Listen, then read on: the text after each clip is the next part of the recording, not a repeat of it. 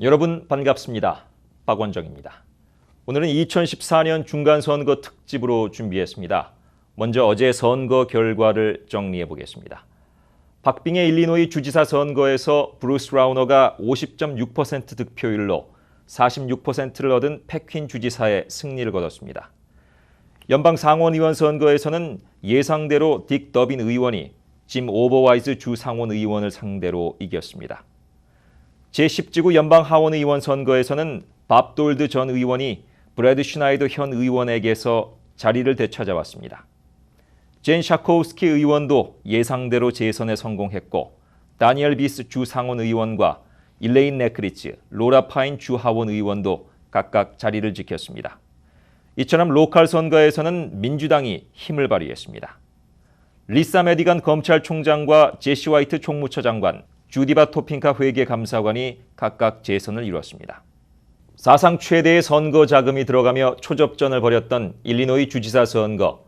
어젯밤 브루스 라우너는 승리를 선언했고 Wow, what a night! Thank you. Thank each and every one of you. Thank you for your patriotism. Thank you for your commitment. Thank you for your hard work. It's an honor for Evelyn and I. We are excited to go to work for you and every voter in this state. Let's shake up Springfield. Let's go get them. 한편 어젯밤 패퀸 주지사 측은 100% 개표가 이루어지기 전에 인정하지 않겠다고 말했습니다. We believe in making sure that when you vote in an election, every vote counts. I don't believe in throwing in the towel if that many votes are being counted. 그러나 퀸 주지사는 오늘 오후 승리를 위한 표를 확보할 수 없다며 패배를 인정했습니다. We do not have enough votes to win the election, and therefore we respect the result. We respect what the voters did yesterday.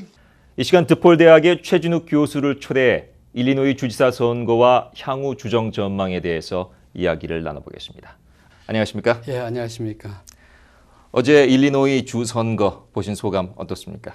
예, 정말 우리가 제일 관심을 많이 가졌던 주지사 선거하고 연방 하원의원 10지구의 그 선거가 정말 땀을 쥐는 그런 그 상황이 아니었나 싶고요. 특히 그 연방 하원의원 선거는 굉장히 그 근소하게 가다가 그래도 결국은 좀 일찍 승패가 갈려서 좀 일찍 집에서 좀 쉴 수 있었습니다. 그렇습니다. 네.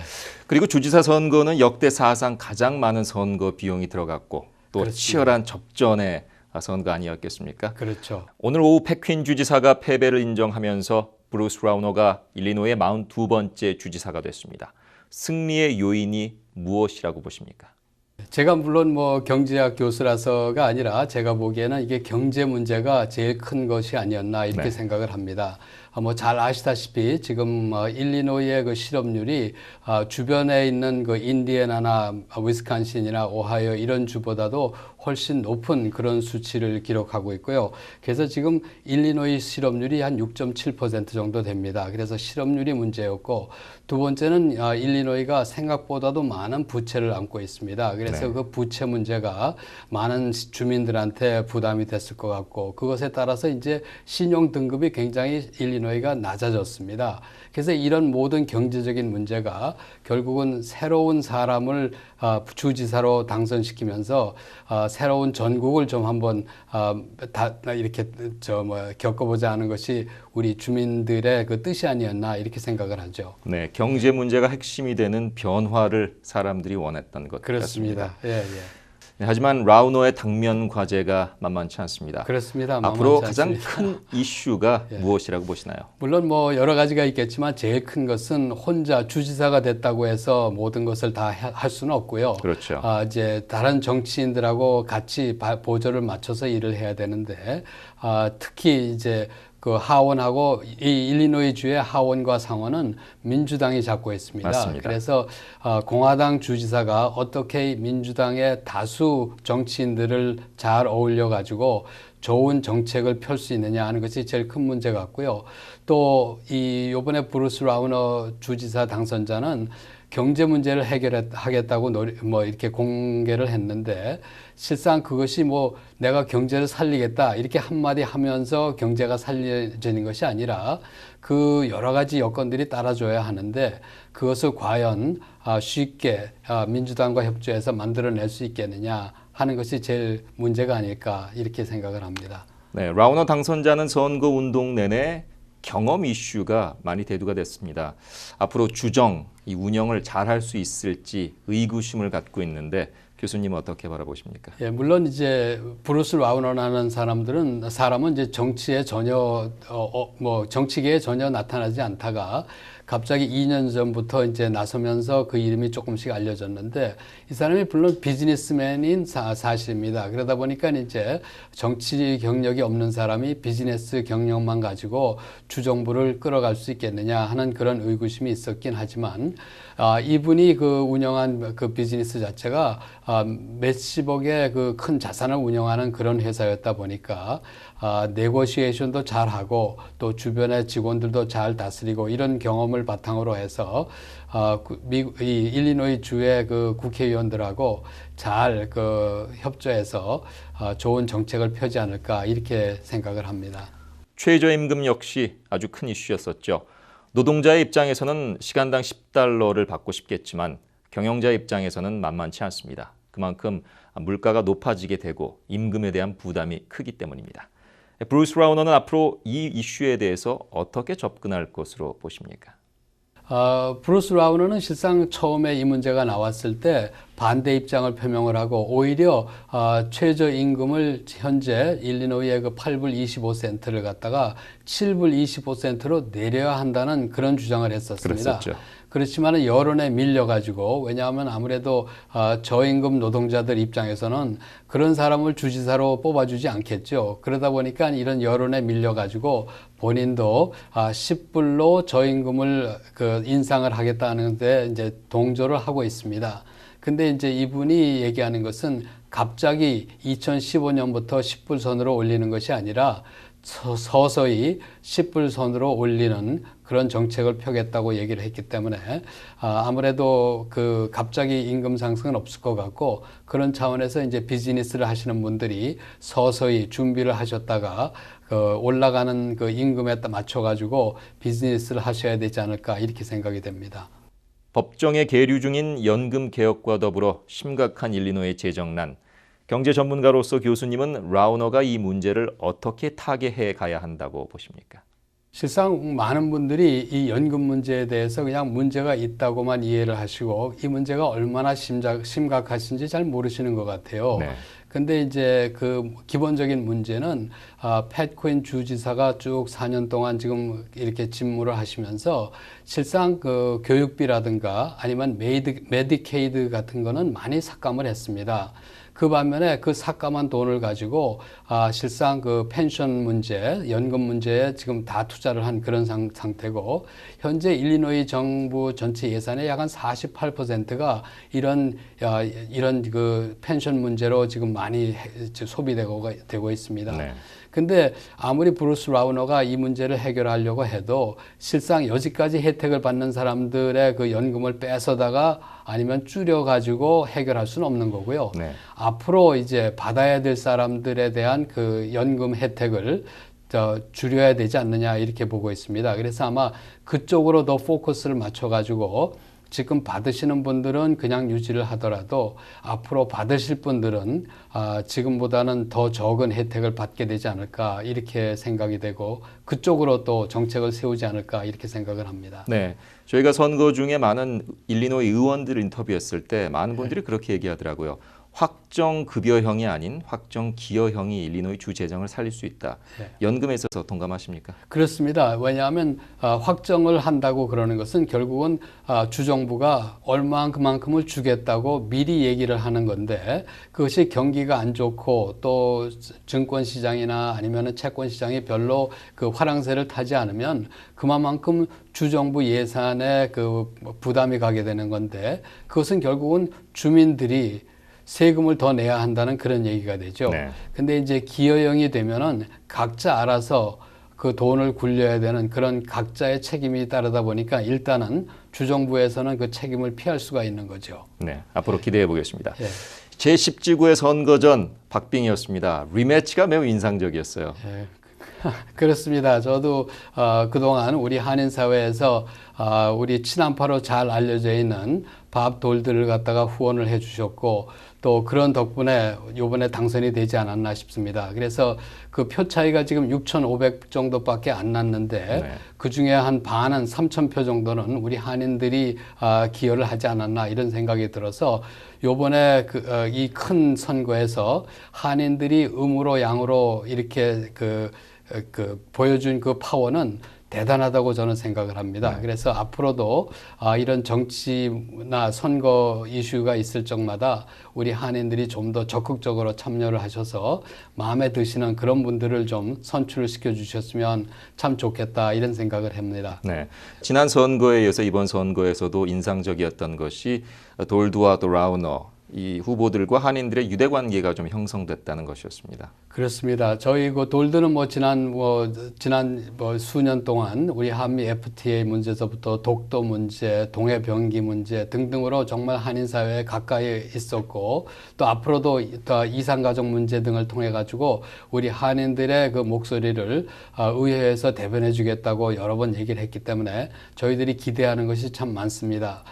그렇지만은 이제 의정 활동을 하면서 우리 한인들이 또 요구하는 상황을 다시 정리해 가지고 잘 정리해서 또 이 돌드나 아니면은 라우너한테 부탁을 하면 그만큼 우리의 정치력이 신장이 되지 않을까 이렇게 생각을 합니다. 네, 오늘 도움 말씀 감사드립니다. 예, 감사합니다. 뉴스 매거진 잠시 전하는 말씀 후에 계속됩니다. 네, 치열한 접전을 벌였던 일리노이 주지사 선거. 어제 팻퀸 지지자들이 모인 자리에 제가 취재를 갔었는데요. 시카고의 베테랑 정치기자들 역시 퀸 주지사의 승리를 내다보고 있었습니다. 뜨거운 취재의 열기를 느낄 수 있는 현장이었습니다만 지지자들의 분위기는 다소 침체된 느낌이었습니다. 팻퀸 지지자들의 이야기를 들어보시죠. Well, he's going to have to make some new friends and build some bridges if he wants to do something other than have gridlock in Springfield. We'll work with him if he's the eventual winner, and we'll try to move Illinois forward with him, but he's going to have to come to us. The issue is that we haven't heard a solid plan from him. We haven't heard a detailed plan as to how he's going to invest in education, how he's going to invest in providing services to people, how he's going to invest in the infrastructure of our state. That's the type of things that you hope to hear both during a campaign and certainly afterwards. So I'm hopeful if he does become governor that we hear something soon, because we have to start working almost right away.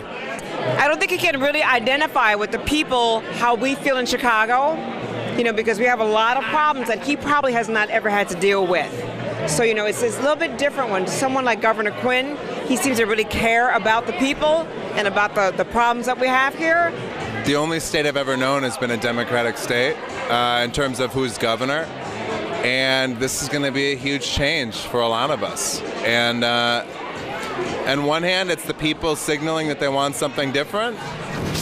네, 이번 중간선거의 전국 성적은 공화당의 대승입니다. 13개 경합주 가운데 공화당이 10개 이상을 이기면서 최소 52석으로 과반을 넘겼습니다. 이로써 8년 만에 여소야대 공화당이 상하 양원을 모두 장악하게 됐습니다. 이 시간 KA보이스의 손식 부회장을 모시고 이야기를 나누겠습니다. 안녕하십니까? 네, 안녕하세요. 공화당의 선전 예상하셨습니까?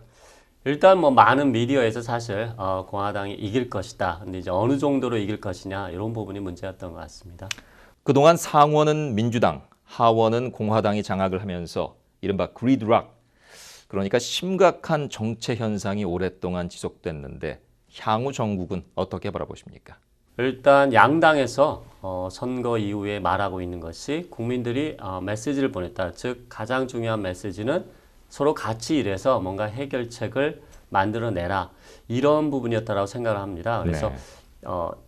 오바마 대통령도 마찬가지 그리고 공화당 쪽에서 일단은 선거 직후에 나온 반응은 양쪽 다 같이 좀 노력을 해 나가야겠다 이런 반응이고요. 네. 실제적으로 제가 봤을 때는 양쪽 다 부담이 있을 수밖에 없습니다. 그렇죠. 아무래도 오바마 대통령도 남은 2년 동안에 뭔가 정책을 펼치기 위해서는 공화당 협조가 있어야 되는 것이고 마찬가지 공화당도 이제는 어떠한 대통령에 대한 반대 이거에 넘어서서 실제로 공화당이 뭔가를 만들어낼 수 있는 능력이 있다는 것을 국민들에게 보여주지 않으면 2016년 대선에서 패배하는 상황이 벌어질 수 있기 때문에 오히려 어떻게 보면 양자에게 선택들을 주어졌기 때문에 그 선택을 잘 활용해서 뭔가를 만들어내지 못한다면 2016 대선에서 아주 판결을 받을 수 있는 그런 상황이기 때문에 양쪽에서 민주당, 공화당 양쪽에서 다 일단 부담감은 그런 부분은 뭔가 보여줘야 된다 하는 걸 느끼고 있을 겁니다. 네, 이번 선거에서 공화당이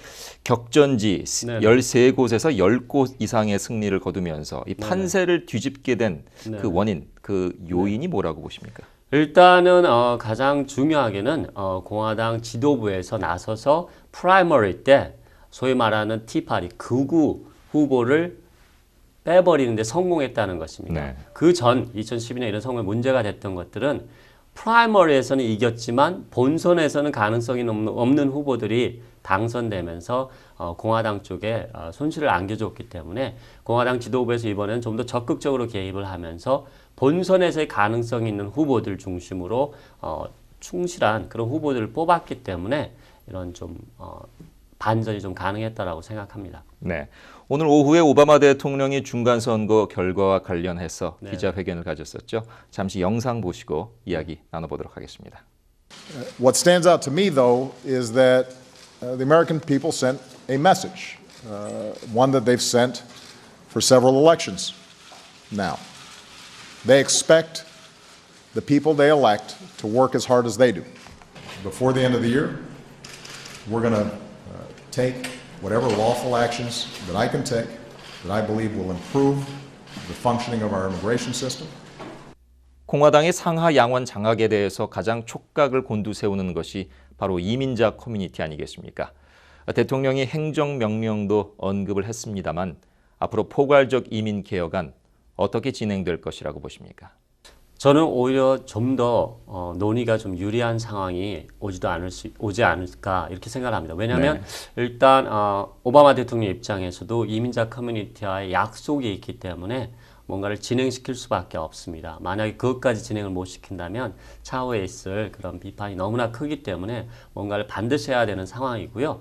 공화당도 마찬가지입니다. 지금 공화당이 지금까지 선거에 있어서 가장 문제가 됐던 것들은 이민자 커뮤니티를 어떻게 표심을 사로잡을 것인가, 특히나 날로 증가하고 있는 우리 히스패닉 인구를 어떻게 잡을 것인가, 이것이 문제가 되고 있기 때문에 공화당 내부에서도 많은 문제제기가 있었습니다. 그래서 대통령 선거에 이길 수 있는 당이 되기 위해서는 이민자 커뮤니티를 잡아야 된다.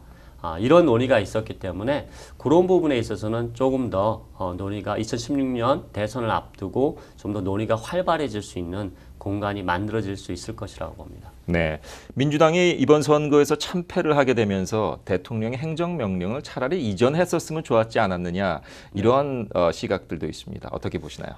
저도 개인적으로는 사실 그렇게 봅니다. 왜냐하면 이민자 커뮤니티, 그러니까 만약에 그 행정명령이 통과가 됐다라면, 진행이 됐다라면 그것이 어떻게 보면 이민자 커뮤니티에 새로운 바람을 불러일으키고 그 사람들에게 어떤 선거 참여에 강한 동력을 제공했을 수도 있습니다. 네. 하지만 어떻게 보면 민주당 쪽에서 좀 우려를 하면서 그것을 밀어버렸기 때문에 굉장히 극심한 사실 실망감을 이민자 커뮤니티에 안겨줬고 특히 라티노 커뮤니티에게는 너무나 큰 실망이었고 그것이 어떻게 본다면 투표에 사람들이 나오게 만드는 그런 동력을 상당히 반감시킨 이유가 됐다라고 생각합니다.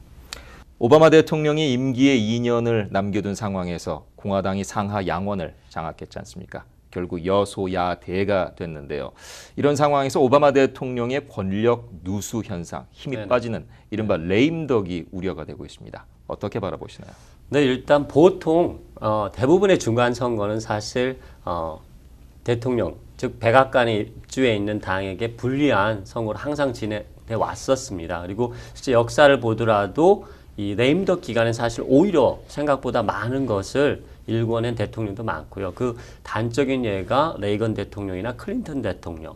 그렇기 때문에 중간 선거에 패배하고 난 이후에도 뭔가 이렇게 큰 정책들을 통과시킬 수 있었던 대통령들이 있기 때문에 이 부분은 제가 보기에는 앞으로 이제 오바마 대통령이 얼마만큼 슬기롭게 좀 대처해 나가느냐에 달려 있지 않나. 그리고 제가 알기로 오늘 본인도 적극적인 의사를 표명했기 때문에 향후 그런 국정 운영의 묘가 어떻게 발휘되느냐에 따라서 좀 차이가 날 수 있을 거라고 봅니다. 네, 오바마 대통령의 향후 국정 운영과 또 여소야대의 정국 지켜보도록 하겠습니다. 토픽을 바꿔보죠. 지난주 토요일에 KA보이스에서 조기 투표 행사를 개최했었죠. 결과가 어땠습니까? 네, 대단히 성공적이었습니다. 그래서 제 한인 유권자, 600여 명의 한인 유권자가 글렌뷰 빌리지로 찾아서 정말 그야말로 여기가 한국 투표소 같은 그런 분위기를 만들어냈고요. 40여 명이 넘는 우리 자원봉사자들이 하루 종일 정말 투표소를 누비면서 우리 어려움을 겪는 시니어들에게 좀 봉사활동을 정말 열심히 하는 하루였습니다. 네, 일리노이의 조기 투표소 가운데는 가장 하루에 많은 사람이 몰린 곳이 아니었나라고 생각되는데 작년에는 그 선거위원장이 그렇게 얘기를 했어요. 올해는 네. 어땠습니까? 근데 사실 올해도 마찬가지입니다. 더군다나 사실 글렌뷰 빌리지 홀 사이즈가 그렇게 크지 않은데 그렇게 많은 사람들이 왔기 때문에 예를 들어서 뭐 샴버그 라이브러리나 다른 라이브러리들은 좀 더 큰 공간이 있지만 상대적으로 작은 글렌뷰 빌리지 홀에도 이렇게 많은 한인들이 모이면서 정말 우리 한인들이 이것이 이례적인 행사가 아니라 정말 지속적으로 하는 것이라는 것을 보여주는 강력한 그런 메시지를 보내는 행사였다고 생각합니다. 네, 저도 당일 그 현장을 취재하면서 지금 다큐멘터리를 만들고 있습니다만 인상적이었던 것이 한인들이 적극적으로 나와서 참여를 했다는 것이었어요. 어떻게 그렇게 유도를 하셨습니까?